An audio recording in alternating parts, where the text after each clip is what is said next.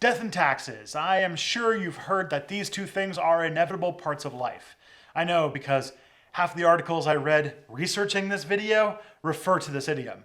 To Americans, it's almost tax day, and we do seem to think of taxes as just a fact of life, a price we all pay to live in a society which functions. I imagine you can all guess this wasn't always the case. So, to paraphrase a wise historical figure from a bygone era, what's the deal with taxes?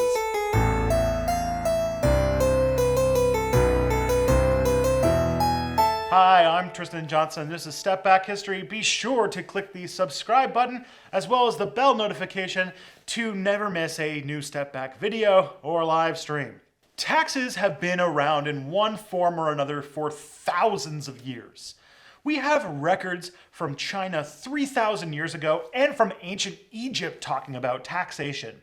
Let's begin there in ancient Egypt. There's even a reference to taxes rendered to the pharaoh in the Old Testament of the Bible. Egyptians had tax collectors called scribes who would go door to door to collect money from the civilians on behalf of the kingdom.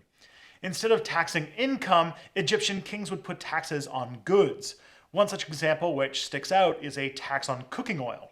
This got to the point of there being Egyptian auditors who would go to homes and ensure that they were using enough oil and that they weren't reusing old oil to keep revenue up. The Egyptians also seemingly imposed a tax on wealth based on the total value of one's goods. This one was usually levied to pay for many wars, something you will find is a regular part of this history. Ancient Greeks used to use taxes to pay for their various wars as well.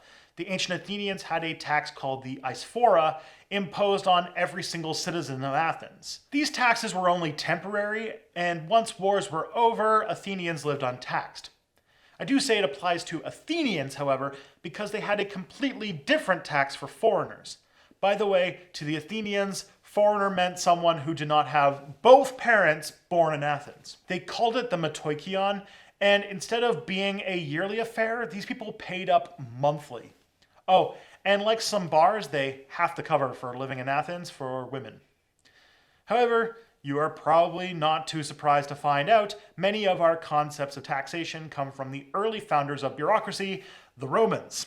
They paved the way for tax policies until the 20th century. Primarily, they raised money via the taxing of imports and exports known as duties. Now, of course, this works for every average day, but what about when Rome was at war? Okay, when Rome was in a more significant war than usual. Well, they were always trying to find new little schemes to raise more money from the people. One brilliant tax schemer was Emperor Augustus. One of the things people hated about taxes were the publicani, imperial tax collectors, who would go door to door to get their cut from the people. Literally like paying protection money. Romans didn't much like some jerk from Rome coming to their doors to ask for money, so Augustus localized the process. He put the responsibility of tax collection onto individual cities and colonies. Augustus also implemented the first inheritance tax, or a tax on receiving wealth willed after death, about 5% on everything not given as a gift to children and spouses. This inheritance tax would be long-lived. Hundreds of years later, tax codes reference Caesar Augustus in places like the Netherlands and England. Lastly, the ancient Romans had a sales tax, or a tax on purchases. This was usually about 1%. Since we're hitting about the time BCE and CE meet each other, the Abrahamic religions tend to keep some form of religious tax as a way of supporting their organizations.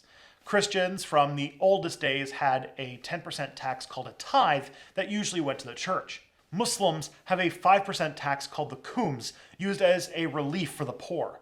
They would also tax non-Muslims with a tax called the jizya, beginning in India in the 11th century.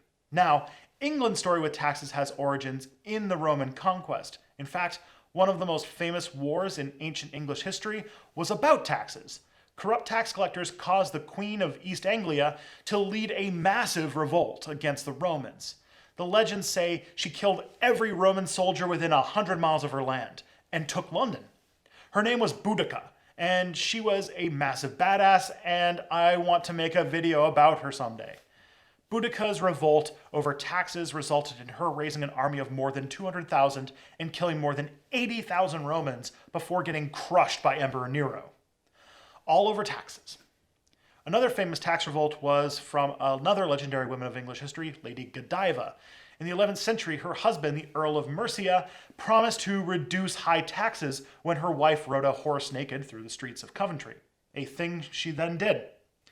If I weren't worried about a copyright strike, I would have that clip from The Simpsons where Mr. Burns says he'll donate $1 million to charity when pigs fly.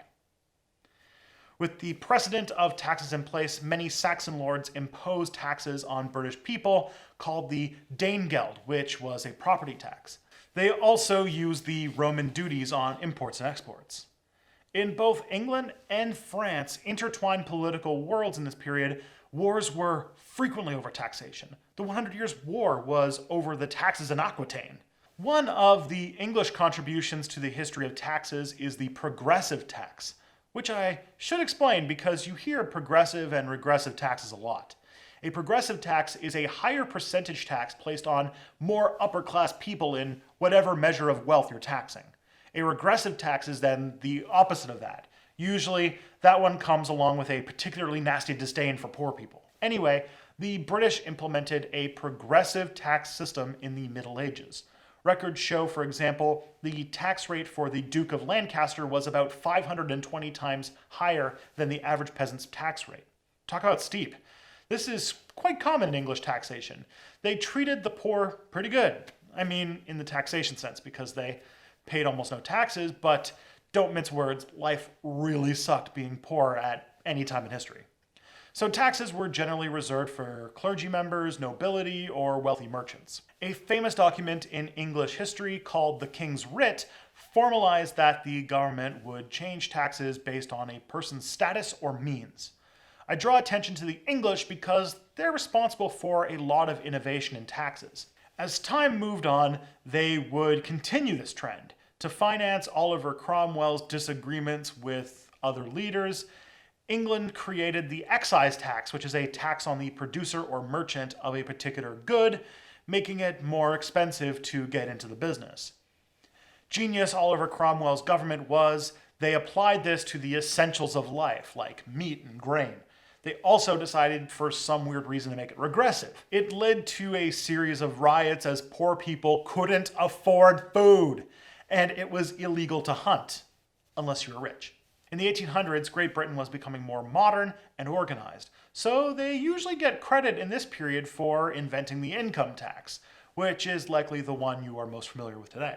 As with many other taxes in history, these were put in place to fund a war. The British implemented the reported first income tax in 1800 to raise money to fight Napoleon, and it lasted all the way until 1816, a year after the Battle of Waterloo. After the repeal, the government decided only to use taxes for useful things like war. They were serious. They even burned all of their income tax records to show how serious they were, while keeping a copy in the basement. And now, let's rewind a bit and go to the most famous haters of taxes in history, the Americans. As you probably know, taxes have a tiny bit of an impact on the formation of the United States. For ages, they paid a tax on molasses, the sweet, gooey stuff you use to make rum. But after another war against the French, the British needed to raise some funds and thought the Americans could pay for it since they got a big new chunk of territory to settle into, kinda. It began with an amendment to the Molasses Act by adding a similar tax to commodities like wine and sugar. This didn't raise much money, so they put a new Stamp Act, which would be a tax on newspapers and pretty much all documents. This escalated to the point where the Americans revolted against taxation. It evolved into a little scuffle we know today as the American Revolution. It was a long and drawn-out conflict which lasted years. Say, how did these patriots revolting against taxes pay for their war? The new United States was then understandably just a tad timid about taxes. So for the first years of American history, no taxes. However, governments need money. Something we should probably let Rand, Ron, and Ted know. So they relied on tariffs because it had the double feature of encouraging local production and incentivized the states to trade with each other rather than with England or the other colonial empires. They eventually tried imposing an excise tax on booze, cigars, and sugar, all the deadly addictive substances that are part of a balanced 18th century lifestyle. This tax on hooch did not go down well, so the people of America tried to exercise their Second Amendment rights, water the Tree of Liberty, and do all of those things grandpas fantasize about in their pissed off right-winger group on Facebook. Rebel! This led to what we call in history books as the Whiskey Rebellion. George Washington gathered the thing those rebels and Facebook grandpas always forget exists, the military, and put it down pretty quick. Then the US found itself fighting France, pushing indigenous peoples off their own territory, and invading Canada, which got expensive real quick. So the US put a property tax as well as more excise taxes and tariffs. However, when a bunch of states just couldn't give up their sweet, sweet slavery, the US got into the biggest war it ever faced, the decidedly uncivil Civil War. And what always happens when we go to war? So to call the Civil War expensive would be an understatement. It's rather hard to comprehend just how much the war cost the US. It was their first war of the industrial era, if you don't count wiping entire nations of people off the map in the West, but, you know. It meant they needed lots of machines, weapons, equipment, and people paid for with new taxes. After less than a year, the US was already in massive debt, so they passed the Revenue Act, imposing an income tax on people making more than $800 a year. You know, the rich people. What makes this interesting is the US decided to continue this program for 7 years after the end of the Civil War, and had placed an infrastructure for a US tax system. Now, the US Constitution had a piece which did not allow for taxes not proportional to the state's population, which killed that Revenue Act. However, by the late 19th century, America was in a lot of debt, funding all that completely free market capitalism classical liberals wax lyrically about in an extremely wrong fashion. Modern countries need money to live, and so they needed to raise money, but constitutional blocks prevented them from imposing any. The solution was to amend the US Constitution. Yes, people, the Constitution can be changed. It's almost as if it's just a document or something, and not etched on stone tablets from heaven. In 1913, the Wilson administration passed the 16th Amendment to allow for taxation and join the ranks of modern countries. They used it to impose a tax on people who made more than $3,000 a year, less than 1% of the population. A funny side story is the first tax law imposed a tax on lawful income, so gangsters didn't have to pay taxes. This was changed to just income later, which means you do need to declare all crime-related income. It's how they got Al Capone. The US then got involved in a couple of world wars over the next few decades. Decidedly expensive displays. They increased the tax so now 5% of Americans would pay them, as well as new taxes on inheritance and excess business profits. This oppressive government intervention in the economy led to two massive economic booms in the 20s and 50s. The 50s even had a 94% tax on income after your first million, and the world didn't end. Well, it almost did, but more because of nuclear bombs. Then the 60s and 70s happened. As the rest of the world started to get back on their feet, the US had to compete with other countries making manufactured goods. There was a period of inflation where money loses its worth at a faster rate than usual. The amount people paid in taxes, however, didn't adjust for inflation, so they merely raised it as need be, which was politically unpopular. This, coupled with inflation, led to a nosedive in government revenue. President Nixon, always the source of wisdom, decided to lower taxes in this period, and Reagan even more so. Don't worry, all those new services which were lifting the poor out of poverty and boosting the economy, they could just cut those. Taxes stayed low in the 90s, and in the early 2000s, George Bush, to fund his not one but two wars at once, funded it by lowering taxes? That can't be right. Oh yeah, he burned through the Clinton surplus and put the US in massive amounts of debt. And his reforms crashed the economy. And they responded to it by bailing out massive corporations instead of the people. And they blamed taxes for being too high for their soaring debt. Different countries followed a roughly similar path. Outside the US, other countries rely on various combinations of duties and income taxes to pay for their services. There's a new norm today seated comfortably in debunked pseudo-economics. It's becoming easier and easier for rich people and corporations to pay little to no taxes, so the progressive tax is becoming more regressive every year. In times of economic turmoil, that can't possibly go wrong, right? And now I don't have a satisfactory ending. Happy tax day? Oh gosh, and here I am at the end of the tax video, but there's so much more I want to tell you. The Aztecs and Olmecs had quite an intricate system of taxation. Hindu and Buddhist temples have a sort of tax on skills, resources, and time to keep going.